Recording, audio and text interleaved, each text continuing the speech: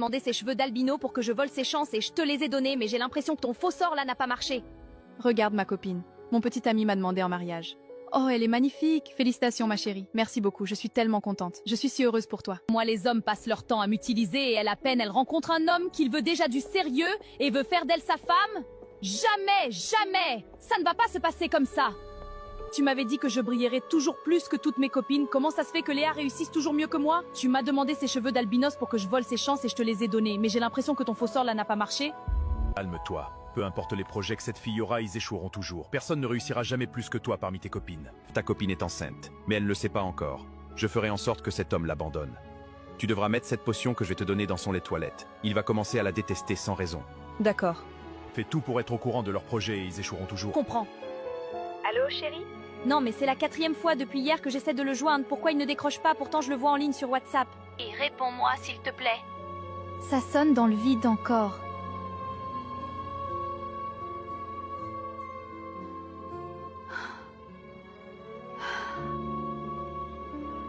Mon beau bébé, même si ton père nous a abandonnés, je serai toujours là pour toi.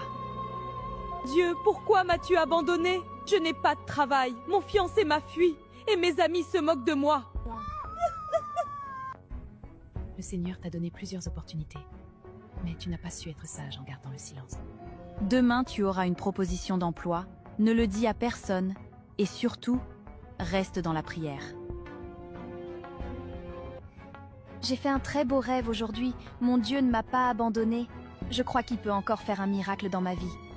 Mon chéri. Bonjour, nous avons examiné votre candidature. Oui, je vous écoute. Votre candidature a été retenue. Nous vous proposons un poste d'assistante virtuelle et rédactrice web. Oh merci, j'accepte avec grand plaisir. Enfin, j'ai trouvé du travail et on pourra déménager dans un appartement plus grand. Ça fait déjà 2 mois que je n'ai pas de nouvelles de Léa. Elle ne me demande plus de lui prêter de l'argent. Il faut que j'aille voir de très près ce qu'elle fait. J'ai essayé de t'appeler pendant 2 semaines sans succès. Désolée, j'étais occupée. Quel est le problème? J'ai l'impression que tu me caches des choses. Non, ce n'est rien. Je vois que tu as déménagé.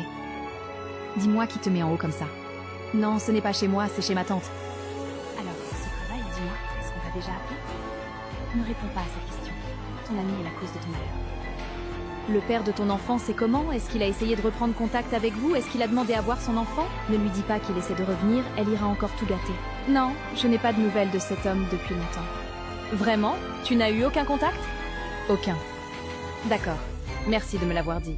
Léa, la parfaite Léa est aujourd'hui mère célibataire et vit chez sa tante, quelle ironie. Je m'inquiète finalement pour rien, cette fille va finir seule et sans le sou. Coupe tout contact avec ta copine et apprends à garder ta vie privée même sur les réseaux sociaux. Personne ne peut détruire ce qui ne sait pas. Ma mission est terminée. Je comprends, merci.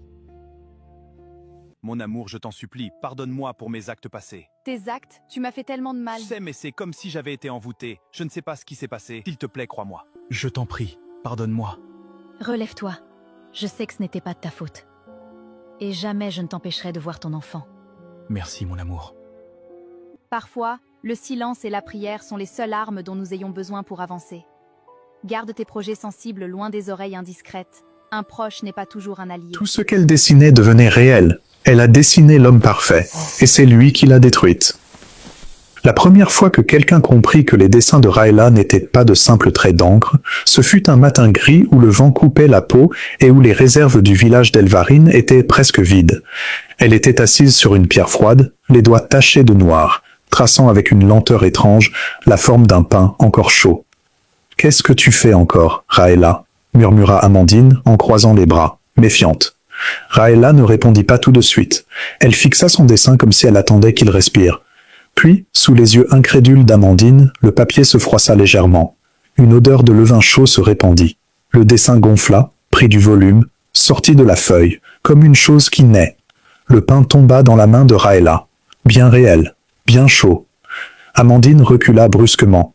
« Non, non, c'est pas possible. » Sa voix tremblait. Raëla leva les yeux vers elle, calme, presque fatiguée. « J'avais faim. » Le silence qui suivit fut lourd, dangereux.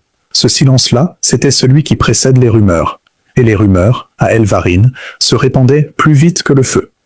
Le soir même, tout le village parlait d'elle. Certains disaient qu'elle était bénie. D'autres murmuraient déjà qu'elle était maudite. Victor, le doyen, frappa du poing sur la table de bois de la grande salle. On ne joue pas avec ce qu'on ne comprend pas.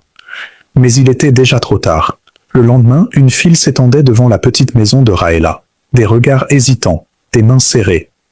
Dessine-moi des bottes. De la viande. Juste un peu. Ma fille est malade. Tu peux dessiner des remèdes. Raëla restait là, silencieuse. Elle dessinait. Encore. Et chaque fois, le miracle se produisait. Les objets naissaient, tombaient dans les mains tremblantes. Les visages changeaient. La peur se mélangeait à la gratitude, puis à l'avidité, puis à la dépendance.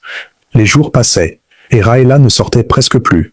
Elle dessinait jusqu'à l'épuisement. Ses doigts saignaient parfois. Ses yeux devenaient rouges. Mais le village prospérait. Les maisons devinrent solides. Les vêtements plus riches. Les tables pleines. Elvarine n'était plus un endroit oublié. C'était devenu un miracle. « Elle est notre salut », disait Louise avec ferveur. « Elle est notre prison », murmurait Julien dans l'ombre. Car peu à peu, quelque chose changea. Les gens ne regardaient plus Raëla dans les yeux. Ils regardaient ses mains, toujours ses mains, comme si elle n'était plus une personne, juste une source, juste un outil. Un soir, alors que la pluie frappait les vitres, Raëla s'arrêta. Pour la première fois depuis des jours.